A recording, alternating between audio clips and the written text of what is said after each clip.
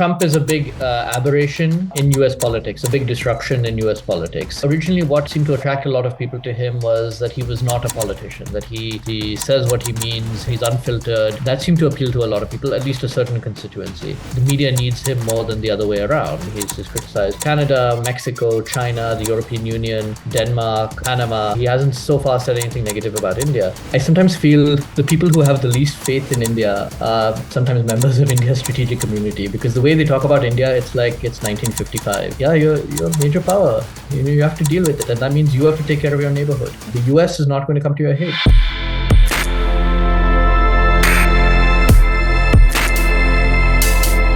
The world's most powerful nation has elected the world's most unpredictable president. We are talking about President Donald Trump. And in today's Strategic Minds, we would be discussing how India would be dealing with Trump presidency over the next 4 years. To discuss Indo-US relationships during Trump presidency, we have with us today Mr. Dhruva Jaishankar. He is the Executive Director of Observer Research Foundation of the US chapter. He is a prolific writer and his latest book is called Vishwa Shastra. Welcome to our show, Dhruva. So let me begin with my first question with you, Dhruva. What do you make of the phenomena called Donald Trump? So in some ways, Trump is a big aberration in US politics, a big disruption in US politics. Just in terms of his personality, his background, he didn't come from a conventional a political path to the presidency. He was a well-known celebrity figure and business person. In many ways, he has fought more within his party, within the Republican Party, particularly the first time around when he was first elected, than against anybody else. So in some ways, he's a very disruptive figure in American politics, a very unusual figure in American politics. But in other ways, he's actually a manifestation of some trends that we have seen build up for some time over the past 10, 15, 20 years in American politics and partly it's a function of American society and the economy. And so you had seen this growing disruptive undercurrent sensitivity, particularly on the right, although aspects on the left as well, that was building up for some time in the US, and concerns about this is a combination of concerns about jobs, about overextension of the United States globally, whether it was militarily in Iraq and Afghanistan, that the feeling that they were not winning from, not benefiting, the average people were not benefiting from the global trading system, that there was a corrupt, self-serving elite at the center. And so a lot of what Trump was saying, drain the swamp, make America great again, all of that resonated with, the anti-immigration sentiment, all that resonated with a surprisingly large number of voters.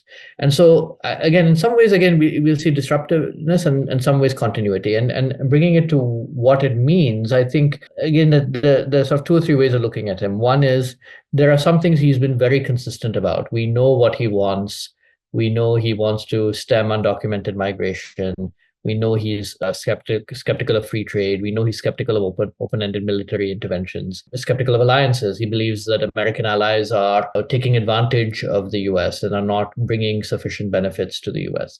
So on those things, he's been very consistent, even before he was elected president the first time. On other issues, he changes his mind, and sometimes quite dramatically. And so there's still a lot of movement around what he thinks. He has competing impulses, both within him, but also the people who advise him have different interests. And so on issues, particularly the details surrounding his approach to Russia, his approach to China, his approach to trade, and his approach to legal migration changes sometimes quite a lot. So I think that would be how I view him. What are areas where he's been consistent and where his re-election marks a major shift in America's engagement with the world, and in what areas is there still a great deal of uncertainty? Dhruva, as you said that he can change his mind at any point in time. Whatever he says, he can just do its opposite as well. A lot of Trump supporters have also changed their minds to become Trump supporters, because a lot of them were actually Democrats,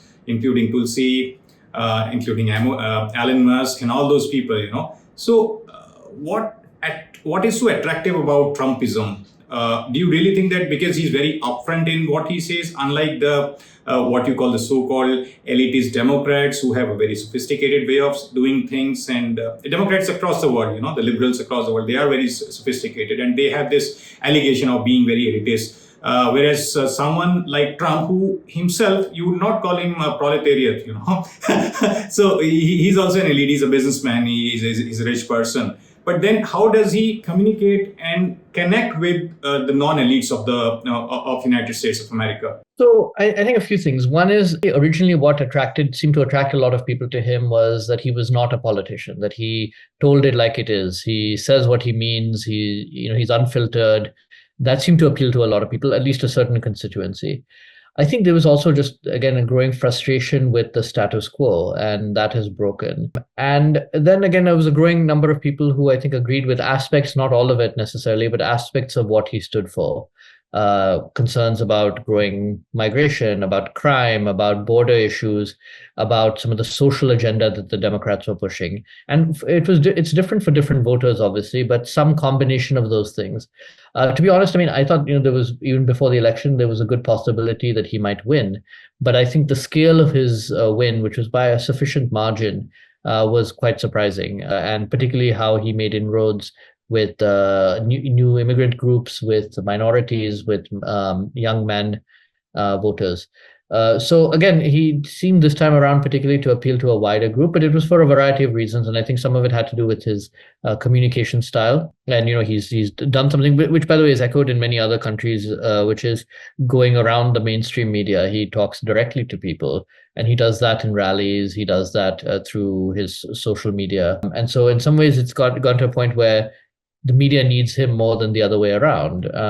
So he went on podcasts a lot rather than, again, traditional television shows. He reached out to comedians, Joe Rogan. He did comedy shows. He would go to professional wrestling events, things like that. And so that kind of, in some ways, reflects the sort of new media landscape today in the US, and again, not just in the US, in many other places in the world. Do you really think that it's really possible to understand someone like Trump for anyone in the world? I think it's possible. I think, I would give an example. I think India sort of understands. We've seen so far, this may change. No criticism by Trump since he was elected of India. He's lashed out. I mean, he's criticized Canada, Mexico, China, the European Union, Denmark, Panama. Any number of countries. He hasn't so far said anything negative about India. And part of it is, I think, is how India has chosen to engage him, right? So meet him early, lean into certain issues that he cares a lot about. He wants to see buying American. He wants to see how we dealing with the issue of undocumented migration. But again, I think you can spell out a positive agenda for him, and that is what is being attempted. And Prime Minister Modi is going to be meeting him next week in a few days' time. Then and so part of that engagement is, I think, to see how can we engage with somebody who is otherwise quite mercurial. Yeah. So Dhruva, this time after getting elected as the president of US, he has not criticized India, but last time he called India a tariff king. And you never, the thing about Donald Trump is that he's unpredictable. Just maybe soon after meeting Prime Minister Narendra Modi, he might just, after a week, he may issue a statement that, it gives fuel and fodder to opposition in India, that, India is on the wrong side of Donald Trump. In fact, even in this duration, while he has not criticized India, he has actually done away with the waiver that India enjoyed on Shahbar Port. Already he has, threatened BRICS countries where India is part of with higher tariffs if they use their BRICS currency. So Donald Trump can do anything irrespective of whether he, says positive things about India or PM Modi or negative things about, because he's as unpredictable as he can be. So how do you interpret this thing? Because even if he's not criticizing India or India's foreign policy, he might do something that puts us in some sort of a jeopardy. Sure, I'm sure we will have many such moments over the next 4 years. But look, I think two things. One is he wants to sell things as a political win in the US, and if he can get a win, and if he can get a win without easily, then he's happy, right? So that's one thing I think that he wants to show results. And again, even Mexico now has shown that you can actually do relatively little, and he can sell it at home as a win. So I think that there's that. The second thing, I think he likes to build up leverage in negotiation. He's been doing this since he was a real estate developer, and oftentimes, and again, I wouldn't be surprised if he says something even prior to a meeting with Prime Minister Modi. He'll say something and do something to build up leverage that he can use to negotiate. So I think understanding that and going in. And again, in the past, as you rightly pointed out, there were lots of things he said. I mean, the India being the tariff king, he got it into his head that two of my favorite things from his first term, he got into his head that India had high duties on Harley Davidson. Now, for some reason, Harley Davidson motorcycles stuck with him, even though Harley Davidson sold, a few at that time, a few hundred units, and then stopped after a while. So it just got into his head that there was 100% tariff on Harley Davidson. Why is India doing this? And he repeated that several times. Another thing, at some point he was saying India needs to do more in Afghanistan. At that time, the US was still in Afghanistan. And Prime Minister Modi told him, actually, we're doing a lot. We're building dams and we're building electric power lines and providing all this assistance and training. And we built the parliament building. And for some reason, Trump remembered it as he built a library. And so he repeated it a couple of times afterwards. He said, Modi says that India is doing a lot in Afghanistan and they've built a library. Why should I care about a library? So he sort of misremembered it. But he sometimes gets these things lodged in his head that he. But look, overall, he has a lot of problems. He has a lot of challenges right now. Domestically, he has a very clear agenda, and it's meeting some resistance in courts, particularly when it comes to the federal government and certain social and political issues domestically. And then he's also, now has these issues with China, with Russia, with Iran, but also in these crises in Ukraine and Israel, but also these issues with NATO allies and others, with Canada, Mexico. So in all of this turbulence, India is not a big problem for him. There's some issues on trade and some issues on immigration, but it's not so again, if you read all of this, will there be some challenges and differences? Probably. In the scale of things that Trump is doing, it's just not going to be that severe. And I think in some cases, just rolling with it is just, that's just how Trump is. All right. Now coming to the defense sector, Dhruva, Quad, it was envisaged as a bulwark against China. But of late, if we just look at some of the tweets that Trump has said, and Trump is actually trying to get the best deal with every country for the US. But India was part of Quad. What if tomorrow actually Trump resolves its relationship, all the problems with China? But on the other hand, because India has got very aggressive with China. So how do you think India should navigate this kind of a situation? Maybe, 1 year down the line, China and Trump, Xi and Trump becomes friend, and whereas India is on the wrong side of China. Do you think this risk exists? There are two different things. I think Trump can try and cut a deal with Xi Jinping. I think the bigger concern, and this just gets into the Chinese domestic political economy, and I don't know if Xi is even capable of delivering on the issues that Trump wants them to deliver on, because of some structural imbalances in the Chinese economy. Essentially, to put it very simply, if China is to rebalance some of the trade deficit, which will be over the long run the single biggest issue, it would require increasing vulnerabilities in China, which she does not want at this point of time because she's focused on economic resilience at home. So essentially, I'm not sure. Again, this doesn't mean there won't be some tactical deal making and there'll be a photo op and all of that. This could very well happen.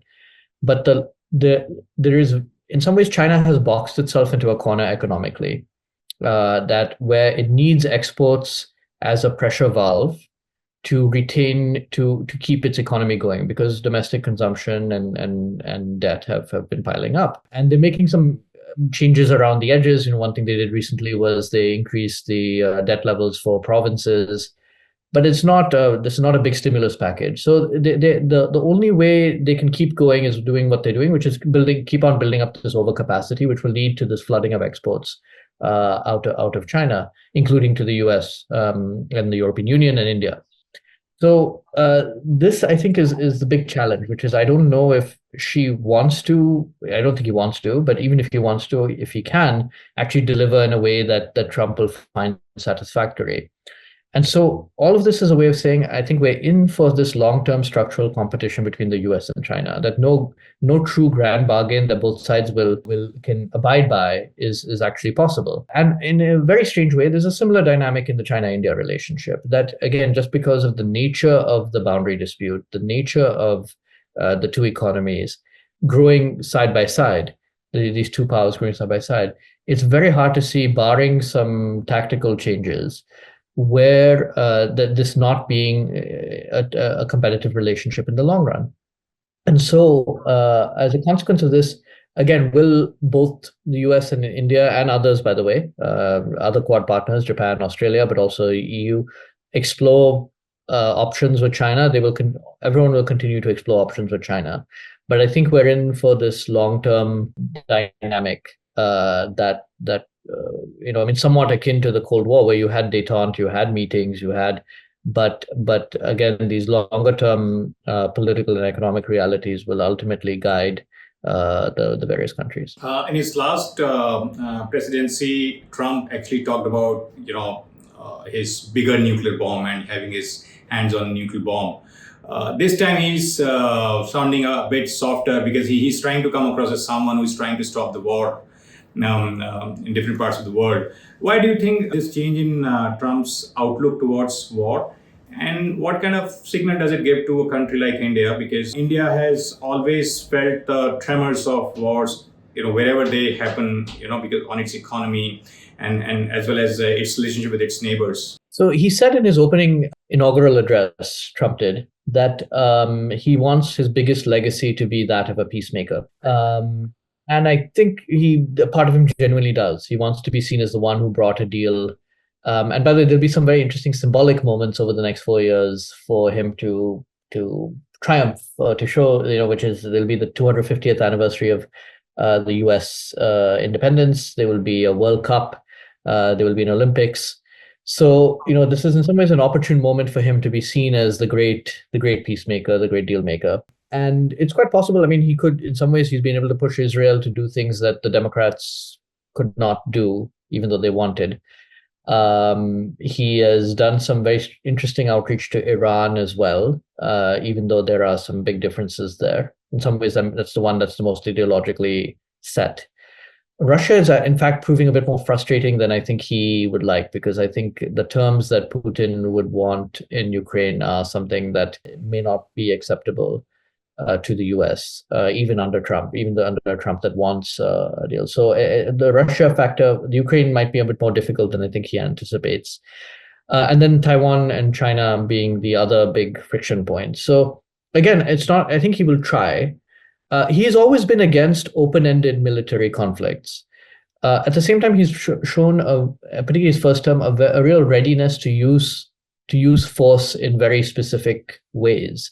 And he did that in certain ways in Afghanistan. He actually lifted restrictions on the export of lethal weaponry to Ukraine. He increased the tempo of US naval operations in Taiwan, on the Taiwan Strait.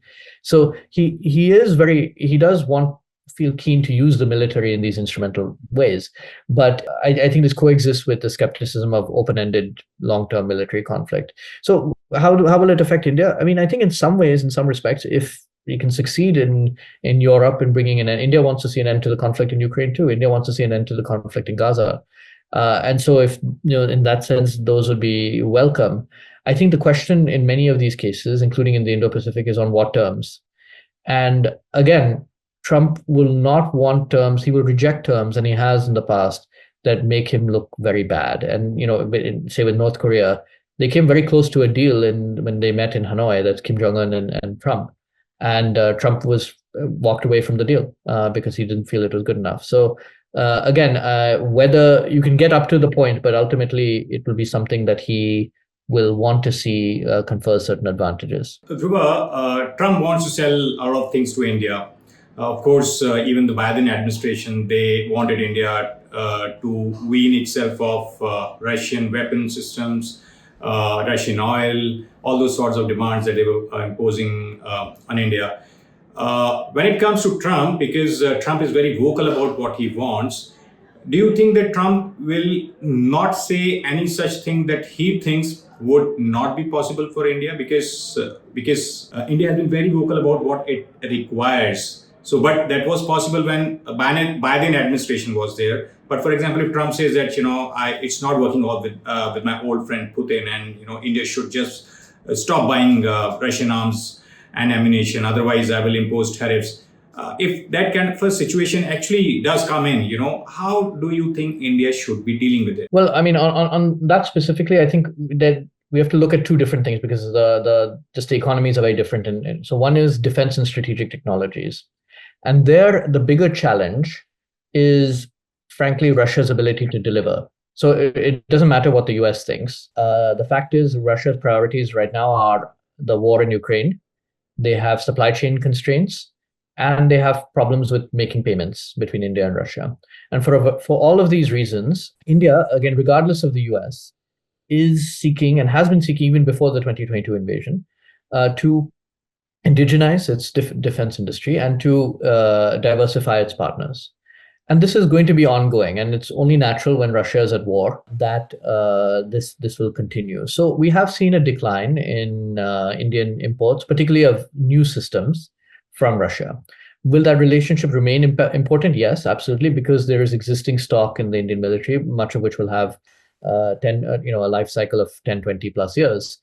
And it's also important strategically to keep that relationship going. But I think for reasons that have very little to do with the US, to be honest, this has been the trend line. Energy and resources is a different matter because there the war has actually led to a global spike in prices, and oil most remarkably, oil, gas, coal, but even fertilizers. And India needs all of that. And so in some ways there, the global marketplace is really what is at play. So how will Trump approach this?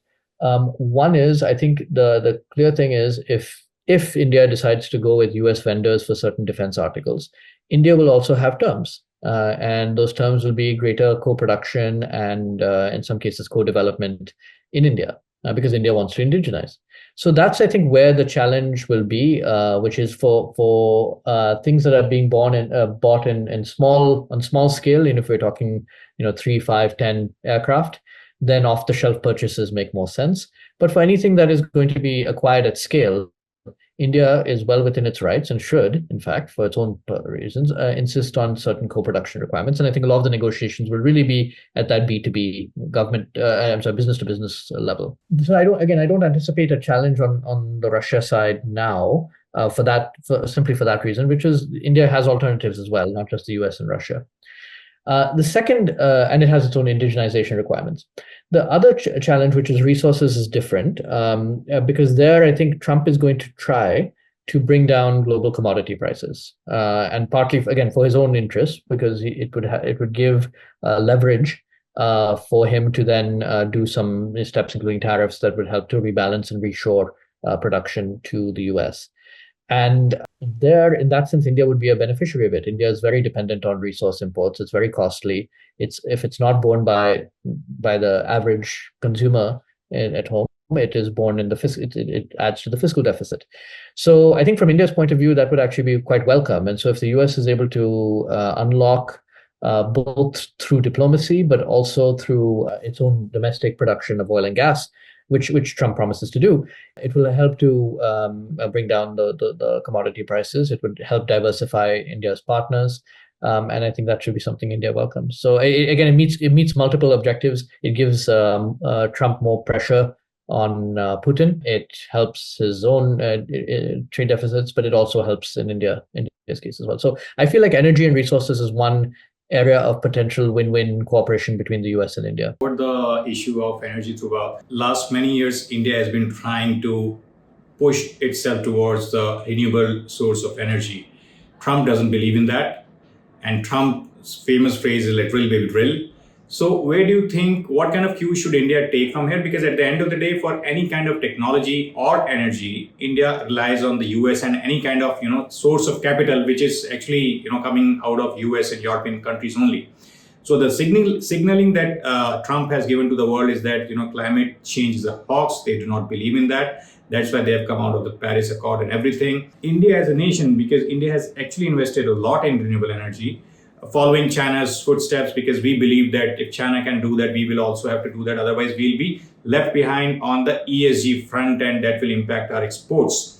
What signaling, what cues should India take from here onwards for the next 4 years? Should we just continue to invest in renewable energy and our sustainable growth targets that we have? Because it requires a lot of commitment. India is not a resource-rich nation. So what do you think India's strategy should be? I think two bits of that. One is, I think there's a very clear, firm commitment from the top down, from the prime minister down, that India is going to do what it does, regardless of others, right? So just because Trump has certain views on climate change, the reality is that doesn't change India's reality, right? So I think two things. One is it's not just about climate change, right? That is investment in renewables at scale, which is what India is trying. I mean, very ambitious targets on both solar and wind, particularly, is to increase energy security. It helps give Indian companies a technological edge. It increases employment in India. And by the way, this is happening even in the US, right? So a lot of the subsidies for renewables are going to red states, to Republican states. It's unlikely Trump will completely do away with that, because he wants to create jobs. He also wants energy security. He wants to bring down the cost of energy. So I think for reasons that have nothing to do with the ideology around climate change or the ideological debates around climate change, both the US and India independently will continue pursuing this path. The other factor is actually the federal US government doesn't do a lot to help other countries in its energy transition. A little bit here, some technical assistance here. Again, less India, it's more some of the more vulnerable, smaller and more vulnerable economies. Ultimately, this is really going to be dictated by a combination of other actors, including the private sector, private financiers, private technology companies. The government can play a facilitating role. So, for example, there is an entity called the DFC, which in the US, Development Finance Corporation, which is state-backed private investments that facilitate state-backed private investments abroad. And 3 of their largest projects are actually solar projects in India, including in Tamil Nadu. So this is not to say the government won't play a role, but these are ultimately business deals. And again, DFC has not been at the center of Trump's ire. He sees that as facilitating American businesses, not being aid like USAID that is given away, grant aid that is given away. So again, all of this is a way of saying I don't see major changes either to India's own approach to green energy. In fact, Trump pulling out of Paris and also withdrawing from Secretary of State Marco Rubio is not going to be attending the G20 meeting in South Africa. This actually gives more space to a country like India to lead. I mean, there's more of a demand for India to play a role in some of these negotiations. But again, beyond a point, the US federal government doesn't do that much. The bigger thing will be just unlocking oil and gas and the contributions to emission. And again, in the short term, this will really have implications for pricing more than anything else. So a lot of countries, irrespective of the fact whether they agree with Donald Trump or not, they may not be able to catch up with Donald Trump's demands, and a lot of them are likely to fall out of United States of America. That's what foreign affairs or economists are writing, that he will actually create more foes than friends. Where does India sees itself? Because India also has some global ambitions. Like we represent the global South. And the way Donald Trump is going to deal with the world, it will hurt certain countries. And they would want either China or India or some other nation to stand up to Trump's eccentricity. So where do you see Indian foreign policy in that kind of a situation? Will we just keep quiet and keep on siding with Trump in whatever it says? Because in the previous 5 years, India actually stood up for the global South, and we actually stood up to the demands being put by the Biden administration as well. So let me take it in 2 ways. One is actually, look, India is not in Trump's concerns are 2 sets of countries. They're the adversarial countries, which are basically China, Russia, Iran, Venezuela, Cuba, and North Korea. And they have to deal with Trump, and it's a contested relationship that Trump may or may not try to address. And in the past, he tried more with Russia and North Korea. He tried less with some others. Let's see what happens this time. The second set of countries that he has challenges with are the allies or the big trade partners or sources of illegal immigration. This includes NATO, Europe, Canada, Mexico, to some extent, even Japan. He has, said, why isn't Japan doing more? This week, actually, the Japanese prime minister is in Washington to meet with him. But those are basically been his countries of focus. For much of the rest of the world, he doesn't honestly care, and he has a very transactional approach. So again, for India, this is not necessarily as bad as it is for some of these other countries. India is neither of those camps, in neither of those categories, and therefore can deal with Trump on Trump's terms in some ways. But and where does it come for the global South? I think a few things. One, Trump will have very little patience for demands without actions. So one of the things I think the global South, this is less India, this is more some of the smaller countries have to do. And I've had very sometimes frustrated discussions with some of my friends and counterparts from these places, is they say, well, it's sort of a moral right for the global South to have its place in the world, which it may be true, that's correct. But that's not going to fly with Trump. He doesn't care about that. And so what are ways, I think many countries and regions in the global South are going to have to ask themselves, if we want to deal with Trump, how do we create leverage with him? What is it that we can do that will actually invite his interest? And in many cases, it may be natural resources that he wants, and which many of these countries have. It could be other things. It could be the strategic location. So I think there's this idea, you're not going to get anything for free from Trump. What is it that how can you leverage your advantages? And I think that's where a sort of conversation within the global South might be useful. It's then they're not going to get reform of international institutions. They're not going to get their energy security needs met. They're not going to get debt sustainability concerns met by the US without creating leverage of their own. So I think that's one thing. I think on the other hand, this is somewhat paradoxical, is this will open up room for India to be one of many players. And by the way, there's something, if the US withdraws from the world, nobody's going to fill that vacuum because, again, everyone else is constrained as well. EU, China, Russia, India, Japan, others. So in some cases, there will be a vacuum. In other cases, there are ways in which India can play an instrumental role and has been arguably doing that already. And this opens up more opportunity. So let's see how it plays out. But I think this idea that Trump will have very little patience for the kind of normative, this is right, therefore you should do the right thing. He will frankly not care about that. Yeah. So, but see, as you said, Dhruva, that would be vacuum because India and any other country may not be filled up, but China has been looking for this kind of an opportunity because China has, I'll give you an example. China has been investing a lot in South America. They have been investing a lot in Africa. And if those, just look at what's happening in Peru. At the moment, Trump is having his way by forcing Peru and Argentina and so many other countries, including Africa, to listen to whatever he wants in terms of Panama Canal and all. But at some point in time, they would say, boss, enough is enough. Let us look at the options being offered by China. And this is where it gets tricky for India because I believe personally that India is siding with the United States of America because we believe that, first of all, of course, China is our foe. And it's not a secret anymore. It's a communist nation. India is a democracy. So there is this difference of governance model also that we often talk about in political science theory. But at the same time, we believe that it's the United States of America that would be able to help us become that developed nation. Our path to becoming a developed nation comes through the free market model that was provided by US, and we would become part of globalization. Maybe not 4 years down the line, but do you think that the schism created through Donald Trump's policies can become so big that at some point in time, India may have to evaluate its association and alignment with US? Yeah, I just don't think it's as significant. The India is not a treaty ally of the US. It won't be a treaty ally of the US, and that's fine. And actually, Trump and India are quite happy about that. So I don't think it's going to be as dramatic. Will we see shifts here and there? Yes, but I don't think it'll be as dramatic, either positively or negatively, as many fear. There is a broad alignment of interests.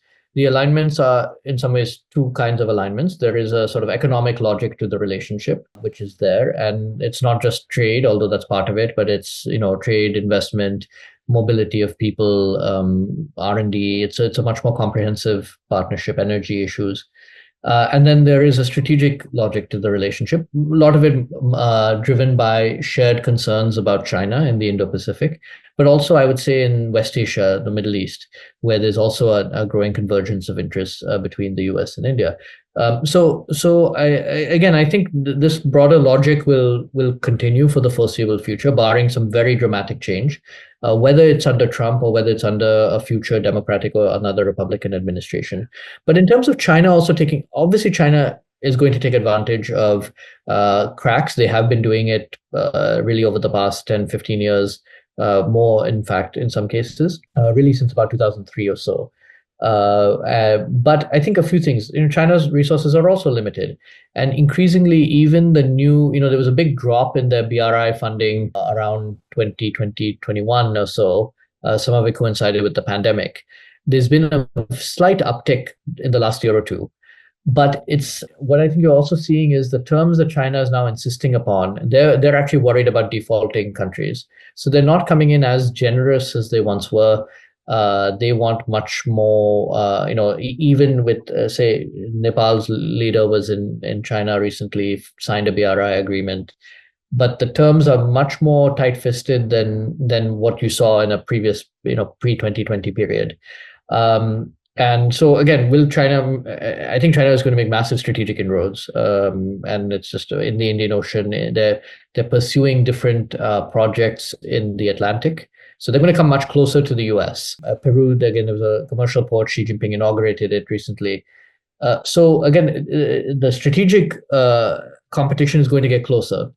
But in terms of China, again, China doesn't have open-ended coffers. It is actually proving that it's sort of starting to realize that even its resources are much more limited than they had anticipated previously. So again, all of this is a way of saying I think you should take, the US and India should read the China challenge for what it is. Which is in some cases quite serious. In some cases, I think people are underestimating it. In other cases, I think there's a fear of overestimating and being overly concerned about what China is capable of. Dhruva, coming to India's neighborhood, in the last 10 years, India has not had a very great time in the neighborhood. If you just look at Nepal, Pakistan has always been very bad. Even in the Indian Ocean, things have not gone the way India wanted. We have recovered a lot of ground as well, but of course, because the China intervention is very visible over there.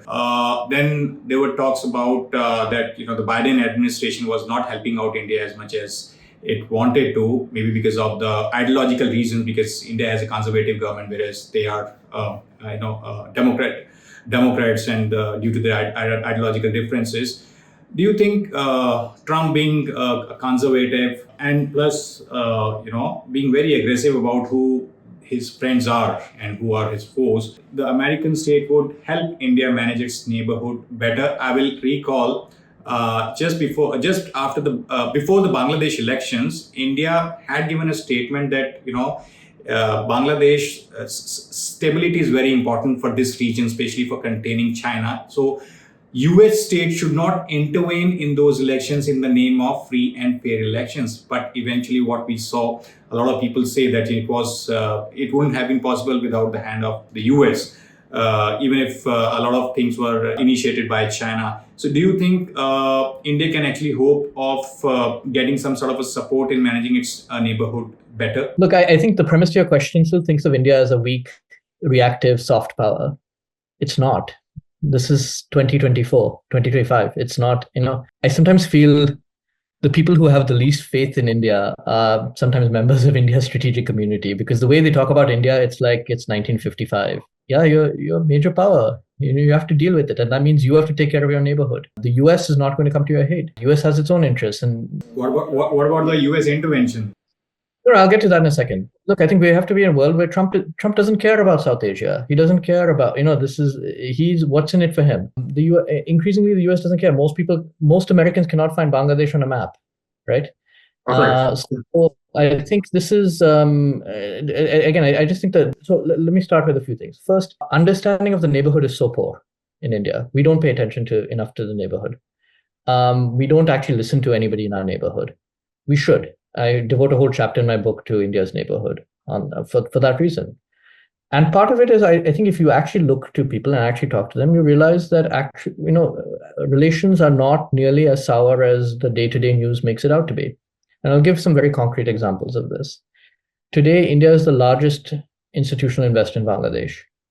It has an open border with Nepal, right? Nepal is its largest trade partner by far with Nepal. China has made inroads, but it's still not the largest trade partner. It's the largest lender to Sri Lanka, right? If you look at the entire infrastructure in the Maldives, including particularly like the health infrastructure, the police, it is completely dependent on India.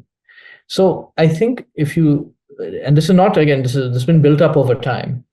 What we're seeing is something very different, which is we're seeing political volatility grow in India's neighborhood because of domestic issues, not related to India, right? So we're seeing a democratization, we're seeing growing concerns about sovereignty, growing nationalism, often directed against India. And India has a stake in this because of overlapping ethnicities, right? So what happens in Nepal matters to UP and Bihar. What happens in Bangladesh matters to West Bengal and Assam. What happens in Sri Lanka matters in the Maldives. Matters in Tamil Nadu. So we have this overlapping. Now, what is being attempted is how do you integrate this region and give these countries a stake in India and vice versa? And I think that is actually bearing dividends. So we have, again, a government that campaigned on an India out campaign in the Maldives. And yet you had a reasonably successful visit by the president to India recently. You have a party that has come to power in Sri Lanka, again, which was traditionally very, very skeptical of relations with India. And again, you had one of their first visits was to India, and you had some very concrete deals signed there. So I suspect Bangladesh is much more significant because the change is much more significant after many years of Sheikh Hasina's government there.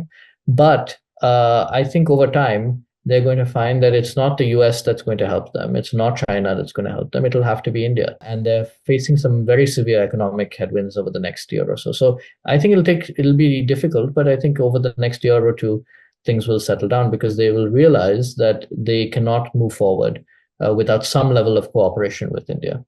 Nepal, I think, is more complicated because you have sort of in some ways three major parties and their coalition dynamics define a lot of it. And again, we've seen some outreach to Beijing in just the past few months by the new dispensation there. So the neighborhood is going to remain a challenge, and it's going to require a lot more investments on India's part. But I don't think that trajectory, I think we forget sometimes how difficult relations were with the neighborhood in the past, in the 1960s and 1980s. In 2000, India intervened militarily in many of these places. And many of them turned to China much earlier than we would like to think. Bangladesh turned to China for military equipment in the 80s. Sri Lanka started getting large-scale investment from China in the 90s and 2000s. And yet for many in India, there was a feeling, well, that's fine. Let them do it. It was somewhat belatedly that I think there was a realization that India needs to step up in its own neighborhood. So I think I would say if you look at this analysis in this way, I think the longer term trajectory for India and its neighborhood is positive. It will require a very conscientious effort. India cannot rely on others. It cannot rely on the US. It cannot rely on anybody else to do anything, but it will have to take the lead. Now, there's some ways in which, again, the second thing I would just contest a little bit, I think the notion of US-India collaboration neighborhood is a little skewed. So in some areas, say Nepal and Sri Lanka, actually the US helped India, including under the Biden administration. So they advanced something, for example, called Millennium Challenge Cooperation, MCC, which helped with some of the financing of hydroelectric power grids from Nepal to India. They did this in consultation with India, by the way. In Sri Lanka, again, the US government actually helped invest in an Indian-managed port in Sri Lanka. People conveniently forget about that now.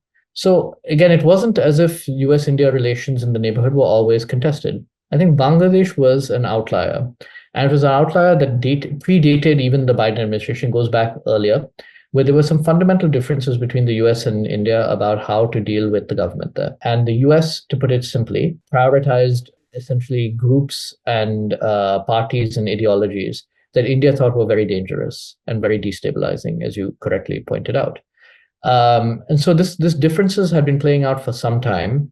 And again, while there were efforts to make, Sheikh Hasina met President Biden in Delhi during the G20 summit, there were attempts to kind of lessen those differences. we found things came to a head with the protests and after the elections recently, leading to the consequences. And the US made an effort, particularly financially after the fact, to try and help the new government there in a way that India was certainly not comfortable with, and India had very different views about. So we did see this very sharp India-US difference emerge under the Biden administration on Bangladesh, which India is now having to bear the consequences of. But I think going forward, the US is cutting aid. The new government in Dhaka will realize that they cannot rely upon the US and will ultimately have to realize that they need to engage with India in a very constructive manner. Don't you think that they might actually rely on China more than India? Again, China's means are limited. And China, by the way, people forget that part of the reason the US was skeptical of Hasina was because they felt she was too close to China. And so while China has tried to, again, engage very early on, their ambassador met with the new government when there was a change, there is a bit of skepticism there. Also, again, as I keep mentioning, I think China's means, the terms that China will offer for lending to prop up the new government may not be workable. We saw this in Sri Lanka, for example. When Sri Lanka actually had a major financial crisis, China was unable to help them. Coming to the point of collaboration on dealing with terrorism, in the last leg of Biden administration, India seemed to have a fallout with the Five Eye, and where India was actually accused of carrying out killings on foreign soil. Do you think that thing changing during Trump's presidency? Because it went very bad just in the last few months. So too early to say. I think partly what has happened just in the past few weeks since Trump has taken office is actually just because of the differences between the US and Canada. That again, that has nothing to do with India. The differences between US and Canada have played out on trade and stuff like that. It effectively indirectly led to Prime Minister Justin Trudeau's resignation. There'll be a new leader in very soon in Canada. So I think that has really overshadowed any of the other developments. Again, I think on that front, Canada made a very concerted effort at politicizing a situation and raising it to a level that seemed to be, again, it became very overly politicized in the Canadian context. And it's, really triggered by Prime Minister Trudeau's decision to go to make a statement in Parliament, which was quite extraordinary without certainly public evidence to back it up and circumstantial evidence. And the US just took a very different approach. Which was not a very public one, and found itself caught between two things. One attempt at deepening a partnership with India on the one hand, and also its traditional Five Eyes network. So the US found itself in a bit of a dilemma there and tried to navigate it in a certain way. And they approached what was a very American thing to do, which is they decided to take a very legal approach to this and keep it primarily in a legal lane. Now, again, there was a late attempt a few months ago for Canada to try to escalate things further, culminating in the removal of diplomats from each other's countries. And again, that made it much difficult. But again, it's not been front of mind for the new Trump administration. It may not be. I think the question is, again, between the US and India, this is a legal matter. Let's resolve this in a legal matter. Canada is going to prove much more difficult because it's become much more politicized, and it started to infect not just the leadership and the party there, but also the bureaucracy. And we saw statements from civil, career bureaucrats in Canada, which I think were very unhelpful in this episode. And then also, in some ways, the opposition parties as well. So even if there's a change in government, things may not change as dramatically as many would hope. So I think this could still continue to be an issue in India-Canada relations for a while, regardless of the politics there. With the US, I think it's remained just one channel in what is a much more multifaceted relationship. And the US has chosen to. So you think India's problems with Khalistani terrorism and terrorism coming from Pakistan and even Maoism, India will be in a better position now, at least in the next 4 years? I mean, it's hard to say. Again, I just think with Canada, there'll be some much deeper problems for a while, just because of the nature of their politics. So it's concerning. Now, coming to a very interesting topic, a lot of people are saying that Trump has ended the American deep state because he was very wary of how it was used to further the interests of Democrats. First of all, do you agree with this thing? And if at all he has ended the deep state, do you think world superpower can actually survive without a deep state? Maybe he's just going to create his own deep state. So I think I don't like using the term deep state because for the simple reason that I think it's very vague. It's talking about an amorphous entity. So if you want to talk about, I always tell people when I get asked about deep state, I'm like, tell me which institutions or individuals or entities you want to talk about, because the fact is all politics everywhere, all democratic politics involves multiple stakeholders who compete for influence, sometimes through the ballot box, sometimes through other means. And this happens in the US, and people are quite open about it. In fact, so you have different lobby groups that lobby for different things. You have a human rights lobby, you have a non-proliferation lobby, you have a big finance, you have big pharmaceutical companies and such. Sometimes represented by formal organizations, and sometimes acting more informally. The question is, what do you mean by the deep state? And I think there are a few different meanings that are used, and sometimes they merge together. One is the career bureaucracy. And there's a big difference because India is and the UK or Canada or Israel or Japan are parliamentary systems. So we're used to having in India a career bureaucracy because governments come and go all the time. If a government falls, the work of government must continue. So there isn't really that deep skepticism of deep state. It's just part of the governance structure. Whereas in the US, which is a presidential system, you have political appointees very deep down. So a lot of, thousands of positions change every time there's an election, even sometimes when there's an election in the same party, because these are political appointees. And so for that reason, the relationship with the career bureaucracy is much more different. And there's, in fact, more skepticism of these careerists, right? That they're unelected bureaucrats. And that's the term you often hear used by skeptics, like people like Elon Musk and others.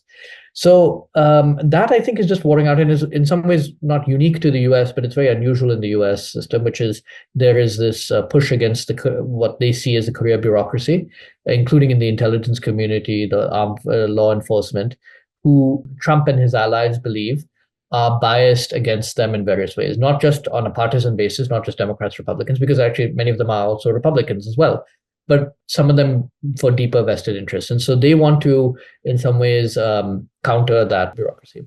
There's a different version of how the deep state is used, which is people who have influence. People talk about like the Open Society Foundation or things like that. These are who sometimes critics believe have outsized influence in policy making. But the fact is, again, there are multiple groups like this that lobby for and have diverse views on things and often lobby against each other's interests. So I just say, like, when people talk about the deep state, don't take a lot of the criticism at face value. There isn't a single deep state. In some ways, maybe there are multiple deep states is a better way of thinking about it. Maybe the deep state supported by the CIA and the Trump administration. No, again, they're all different, right? So again, even I like to think of there's a whole field of bureaucratic politics. What is it in what are institutional interests that they have, and oftentimes say the CIA's interests are not the same as the military, and not the same as the FBI, and not the same as the State Department. So the idea that they all flow in one direction necessarily is not always true. But I think again, there is a widespread belief amongst Trump and his supporters that there are large segments of the bureaucracy that are inherently biased against them, and that they must be replaced with a system that is much more accommodating of presidential authority, and should essentially constrain the presidency in many ways. And by the way, there are antecedents to this. Even George W. Bush had a sort of variation of this about what is presidential authority versus what should be done through legislation and statute. So this is not a sort of entirely unique. I think maybe the scale and severity of it is unique. All right, Dhruva, coming to the last leg of my questions, there is a term in use these days, tech sovereignty, where every big nation is trying to achieve that. You have written a paper on technology also. India wants to have its own tech sovereignty, whereas US is trying to protect its own, and they have banned the export of GPUs, which are very important for modern warfare and any kind of new technology that is being built. India, for some reasons, was put in the second tier, maybe the third tier of countries where we cannot have more than 50,000 GPUs in a year. This puts India's plans of becoming a nation which is equipped with AI technologies in a limbo. Do you think India would want to ensure that those kind of restrictions are lifted, even if we have to give up on so many other things, because that's very important for India's tech sovereignty? So a few ways to think of it. One is, I think the GPU, the chip diffusion rulings, which were really at the late end of the Biden administration, were kind of a last gap. I mean, I'm not sure they were as fully thought through as they would have otherwise been. India was in the second tier of countries, as were, by the way, a lot of other US allies. So most of Central Eastern Europe, Poland, Portugal, a number of other countries that are former US allies were in the same category as India. I suspect, and by the way, people have stated on the record some of the rationale behind some of this, and you can go find it. But primarily, I think there were concerns about the security to third countries. And this gets to a larger issue that India will have to contend with, not just on chips and not just in this specific instance. There will be trade-offs between strategic autonomy and access to the most prized technologies. That is, if we want to continue to have a relationship with Russia, for example, there will be concerns in, say, the US. That is India taking appropriate measures to safeguard some of these technologies, again, particularly at the cutting edge, from what the US believes are adversaries, primarily China, Russia, India. I think in India's case, China is not the concern. It is more Russia and perhaps on some issues, Iran as well. So I think if India is able to show that some of these, it is able to create sufficient firewalls and security measures so that there's not, then I think that they can make a case that India can be put in a higher category. And by the way, this has happened on the defense side, for example, where India has been, on certain export controls, has been elevated to a status in the US akin to certain allies. Like Israel and certain NATO allies. So it's certainly possible. I think it will require some work and it will require building up of trust. And the simple difference is Taiwan and South Korea and Japan and Australia were able to show that they could protect these technologies from that. The other thing is, I think the bigger concern is the precedent sets. I don't think immediately this will have an impact because, again, the kinds of chips that India needs immediately are not necessarily going to be affected in every way. But I do think that the concern, and there is a deep and real concern in India, is that this is the start of another round of export controls. And in the past, on the nuclear side, in the 1960s onwards, India was at the receiving end of a sort of technology denial regime. And so it shouldn't be put in that place again. So that, I think, is a real and abiding concern. But again, the question will be: Can you create the sufficient security guarantees to ensure that this is not these technologies don't diffuse to what the US considers that? The other choice India has is, of course, to do some of this indigenously. It will be more costly, more time consuming to develop a lot of these same technologies indigenously, or work with other partners who are less concerned about security, assuming, of course, that they have a sufficient, if the EU, for example, were to have certain technologies and be less concerned about than the US, then obviously that makes the EU a more attractive partner. So I think, again, there are going to be these trade-offs that India will need to make between its short-term, between its autonomy and access to certain technologies. Again, I'm more concerned about the longer-term precedent than the immediate steps, and that certain steps can be taken and have been taken, on defense, on space, and other areas where India has been able to gain access to that, to certain more advantageous technologies. The bigger concern, I think, with indigenization, I think, is just on the domestic side, the ability to absorb that technology. That is really where things are at, and that will really involve the private sector. And so, again, we're seeing very good forward movement in certain areas, such as space, a little bit on semiconductors, on telecom, on defense. We're not seeing it in certain other areas yet, such as AI. And I think the hope is that we actually get there. Yeah, Dhruva, there is one more very contentious issue, which is H-1B visas. Now, there is the contradiction within the US, like within Trump administration. Elon Musk is willing to go to war to have Indian talent. And Trump believes that people coming to the US with the dream of just settling down there needs to be controlled. So where do you think this debate will settle in the US, and how it will impact India? I think so. There are 3 or 4 things to keep in mind. One, the US at least understands, particularly the corporate world, that they need talent from elsewhere to gain an advantage in technological areas. They don't have enough sufficient domestic STEM talent.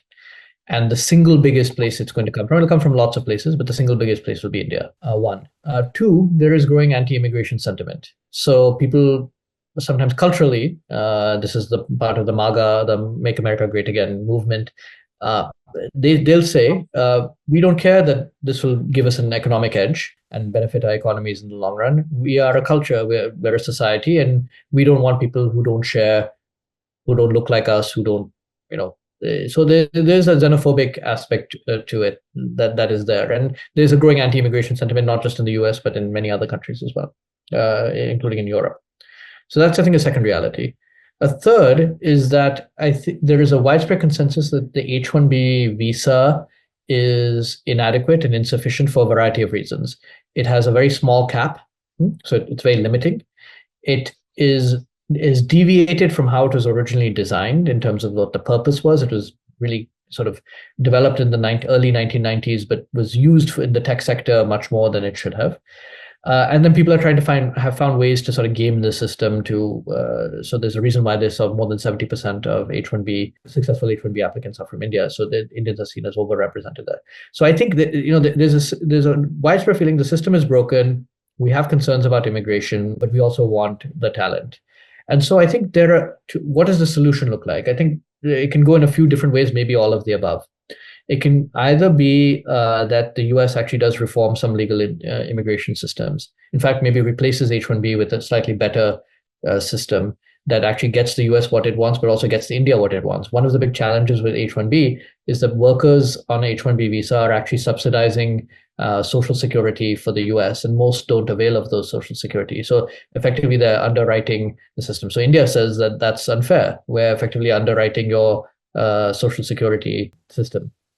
So there are a lot of imperfections with the H-1B as it is. So one possibility is there is some legal immigration reform. It's going to be difficult because it requires legislative changes in the US. A second possibility is you have some kind of mobility agreement between the US and India, similar to what India has done with, say, Germany or other European countries recently, that has actually led to an increase in numbers, but fewer long-term migrants. So that's something that, again, India will benefit from. And the US, it will meet at least some of the objectives of the new US government.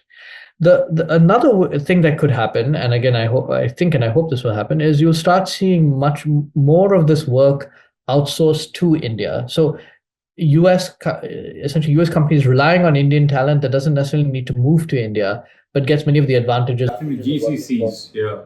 Mm. Yeah. So I think, again, a lot of people are not as familiar with GCC, so that's why I was hesitating. But I think what I suspect will happen will be some combination of the above, that we'll have some sort of perhaps full-scale replacement of the H-1B program, perhaps with something that is better and better suited for both the US and India. The US gets the technical talent that it needs. Indian workers are not exploited. You actually have a larger cap. You have more short-term people going short-term to the US rather than long-term settlement. But then at the same time, you have more work outsourced to India. So again, I think there's a way out of this, but I think focusing very narrowly on this one particular visa program is sometimes not as helpful. That it's a problematic program for many reasons. Okay, Dhruva, my last question to you. What are the two most exciting things you see happening in Indo-US relationship over the next 4 years? I think defense, maybe these are just two areas I am interested in. I think defense and space, there's already a lot that's happening. Space, I think, is going to be a very exciting field in general. India is going to be a major player. Space is where we have become sort of equals, because of our frugal innovation.